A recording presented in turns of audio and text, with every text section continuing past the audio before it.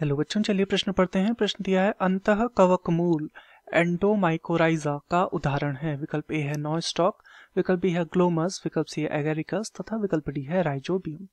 तो इस प्रश्न में हमसे जो पूछा गया है वो अंतः कवक मूल के विषय में पूछा गया है। अर्थात इस प्रश्न की जो मुख्य अवधारणा है, मुख्य अवधारणा जो इस प्रश्न की है, यह अंतः कवक मूल के विषय में है। अंतः कवक मूल, अंतः कवक मूल के विषय में हमसे यहाँ पर पूछा गया है। तो चलिए हम सबसे पहले इसे समझते हैं, अंतः कवक मूल क्या होता है।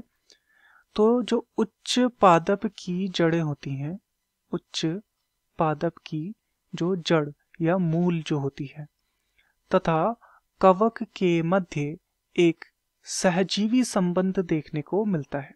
सहजीवी संबंध यहाँ पर इनके मध्य देखने को मिलता है। इस संबंध को कहा जाता है कवक मूल। कवक मूल। तथा जब यह कवक मूल अंदर के ऊतकों में देखने को मिलता है, पादप ऊतकों के भीतर, पादप ऊतक के भीतर जब ये देखने को मिलता है, तब इसे कहा जाता है अंतः कवक मूल।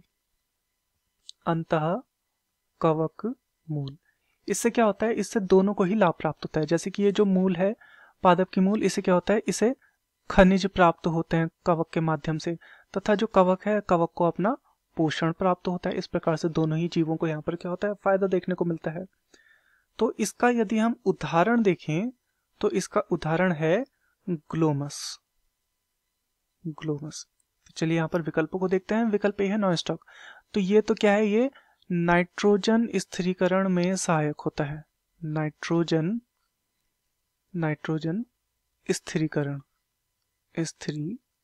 में ये क्या होता है, सहायक होता है। तो ये हमारा गलत हो जाएगा। विकल्प बी है ग्लोमस, बिल्कुल ये हमारा सही है। विकल्प सी है एगेरिकस। तो एगेरिकस क्या है, यह वास्तव में मशरूम है, तो यह भी हमारा गलत हो जाएगा। तथा विकल्प डी है राइजोबियम। राइजोबियम भी एक प्रकार से नाइट्रोजन स्थिरीकरण में सहायता करता है, तो यह भी हमारा गलत हो जाएगा। तो दिए गए प्रश्न का सही उत्तर होगा विकल्प बी ग्लोमस। मैं आशा करता हूँ आपकी यह समझ में आया होगा। धन्यवाद।